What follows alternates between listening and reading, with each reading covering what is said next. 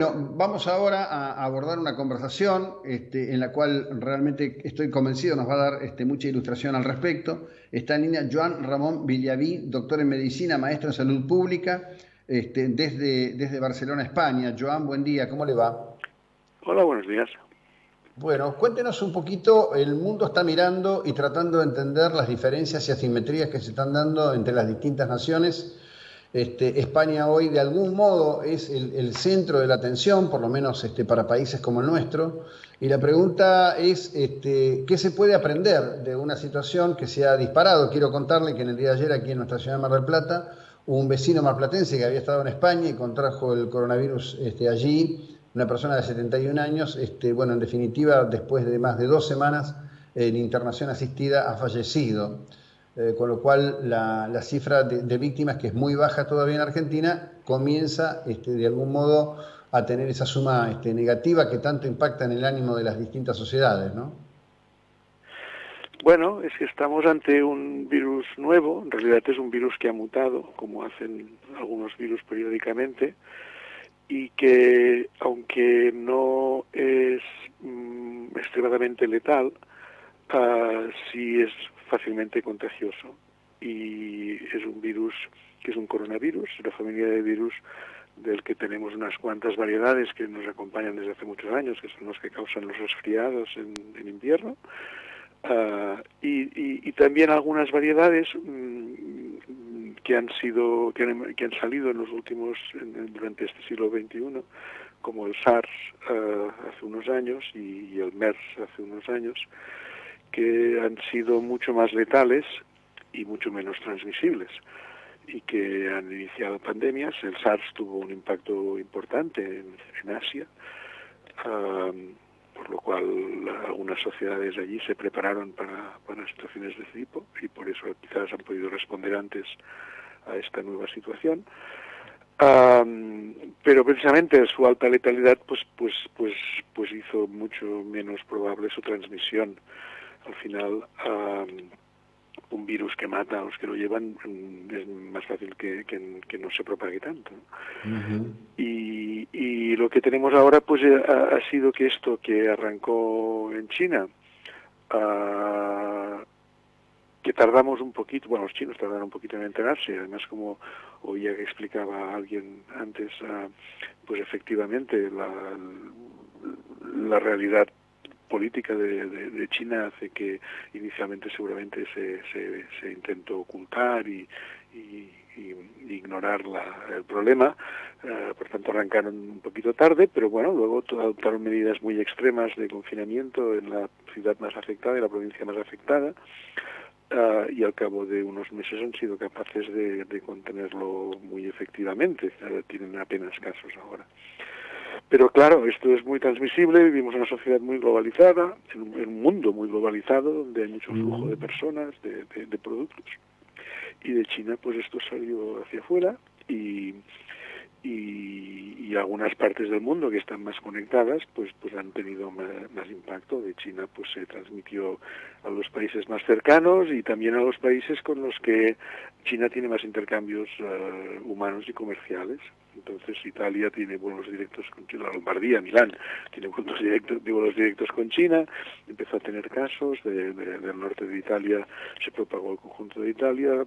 España tiene mucha intensidad de relaciones comerciales con Italia también, entonces de Italia vinieron casos, tanto italianos que venían para acá como españoles que iban para allá, y entonces en España hemos tenido también pues una situación que ha ido creciendo, y luego otros países. La verdad es que en estos momentos en Europa los dos países más afectados son Italia con mucho y luego España, pero la marea va subiendo en otros. Y todos los países, inicialmente, pues claro, la respuesta que hacen los servicios de salud pública, los servicios de epidemiología, y que seguramente es la situación en la que estáis ahora en Argentina, aunque no la conozco suficientemente, es inicialmente pues intentar detectar los primeros casos para contenerlos, para evitar que se transmitan, y entonces allí nos sirven mucho, se mandan señales de alerta, pues los viajes recientes a zonas donde hay casos, Pero este virus, por lo que sabemos, pues se transmite muy fácilmente y además lo pueden transmitir personas que no tienen síntomas.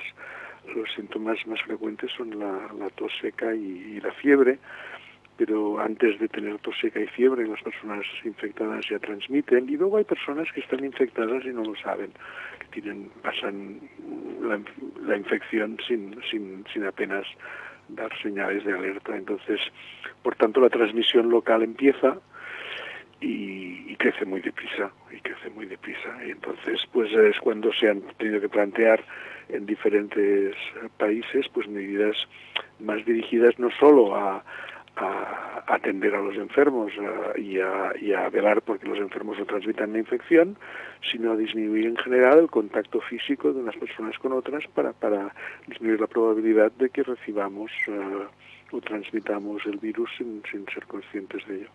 Y esto es lo que llaman las medidas de confinamiento, que se adoptaron inicialmente en Lombardía, luego se extendieron a toda Italia, luego se han adoptado en España, que tienen un impacto muy tremendo en las sociedades, porque claro, significan interrumpir la escolarización, interrumpir la universidad, cerrar los cines, cerrar los teatros, no tener cerrar las canchas de fútbol y cerrar buena parte del comercio y de las actividades económicas, lo cual tiene un impacto muy importante en la economía y por tanto en la vida de la gente, en su bienestar y por tanto también en la salud, de otra manera, ¿no?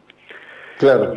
Ahora, permítame, lo que uno ve y observa en el contexto europeo en particular, que por ejemplo, tanto en Francia como en Bélgica, las autoridades alientan a hacer algún tipo de actividad en la vía pública, por ejemplo, salir a correr, pidiéndole a los ciudadanos que mantengan distancias necesarias, y en el caso francés les piden que no corran más de 1 kilómetro. Son temas controversiales, ni que hablar de la boutade que ha sido las decisiones de Boris Johnson en Inglaterra, veremos cuáles son las consecuencias. ¿Cómo entiende usted de virtuoso o no, o en qué esquema la cuestión del aislamiento?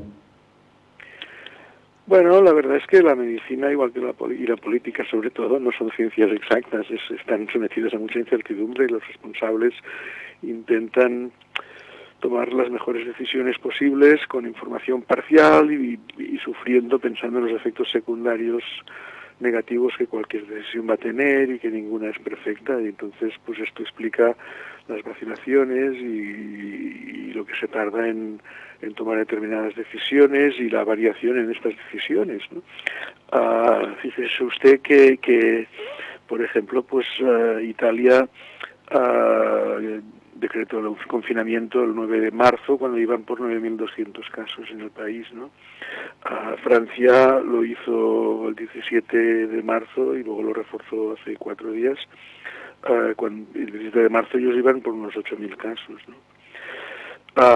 España lo hizo el 14 de marzo y íbamos por casi 6.000 casos. O sea que en general la situación pues aprieta, ¿no?